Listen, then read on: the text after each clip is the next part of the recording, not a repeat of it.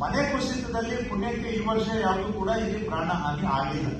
ಆದ್ರೆ ಈಗ ಮಂಗಳೂರಿನಲ್ಲಿ ಈ ವರ್ಷನೂ ಆಗಿದೆ, ಹೋದ ವರ್ಷನೂ ಆಗಿದೆ, ರಾಜ್ಯಾದ್ಯಂತ ಆಗಿದೆ.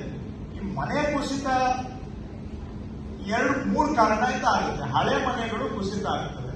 ಇದು ಮನೆ ಕುಸಿಯುವಂತ ಮಟ್ಟಕ್ಕೆ ಬಂದಿದೆ ಅನ್ನೋದನ್ನು ಕೂಡ ನಾವು ಗುರುತಿಸ್ಬೇಕು. ಆ ಮಟ್ಟಕ್ಕೆ ಹೋಗ್ಲೇಬೇಕು. ನೀವು ಹೇಳ್ಬೋದು ನಾವೇಗೆ ಹೋಗೋದು, ನಾವೇಗೆ ಮನೆ ನೋಡೋದು, ನಮ್ಗೇನು ಗೊತ್ತಾಗುತ್ತೆ.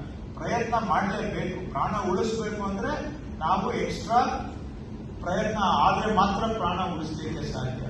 ಎರಡನೇದು, ಕೆಲವರು ಗುಡ್ಡದ ಕೆಳಗಡೆ ಕಟ್ಟಿದ್ದಾರೆ. ಅದು ಏನೋ ಮಣ್ಣು ಸರಿದಾಗ ಮನೆ ಅಪಾಯ ಆಗುತ್ತೆ ಅನ್ನುವಂಥದ್ದು ಗುರುತಿಸ್ಲಿಕ್ಕೆ ಅವಕಾಶ ಇರುವಂತದ್ದು ಇದಾವೆ. ಎಲ್ಲವನ್ನೂ ನಾವು ಗೆಸ್ ಮಾಡ್ಲಿಕ್ಕೆ ಆಗಲ್ಲ, ನಾನು ಒಪ್ಕೊಳ್ತೇನೆ. ಯಾಕಂದ್ರೆ ಪ್ರಕೃತಿಯನ್ನ ಪೂರ್ತಿ ಗೆಸ್ ಮಾಡುವಂತವ್ರು ಯಾರು ಇಲ್ಲ, ಯಾರಿಗೆ ಇದು ಸಾಧ್ಯ ಇಲ್ಲ. ಆದ್ರೂ ಕೂಡ ಮಾನವ ಇತಿಮಿತಿ ಒಳಗಡೆ ಎಲ್ಲಿ ಅನಾಹುತ ಆಗುತ್ತೆ, ಯಾವ ಮನೆ ಕುಸಿಯುತ್ತೆ, ಯಾವ ಮನೆ ಗುಡ್ಡದ ಅಂಚಿನಲ್ಲಿ ಇದೆ, ಅದು ನಾಳೆ ಹೆಚ್ಚು ಕಡಿಮೆ ಆಗ್ಬೋದು. ಇಂಥವುಗಳನ್ನ ಮ್ಯಾಪ್ ಮಾಡಿ ಅತಿ ಮಳೆ ಆಗುವಂತ ಸಂದರ್ಭದಲ್ಲಿ ಅಲ್ಲಿ ನಾವು ಟೆಂಪ್ರರಿ ಆಗಿ ಅವ್ರನ್ನ ಮನೆಯಿಂದ ಖಾಲಿ ಮಾಡಿಸುವಂತಹದ್ದು ಇವೆಲ್ಲ ಮಾಡಲೇಬೇಕು. ಆವಾಗ ಮಾತ್ರ ನಾವು ಪ್ರಾಣ ಉಳಿಸಲಿಕ್ಕೆ ಸಾಧ್ಯ.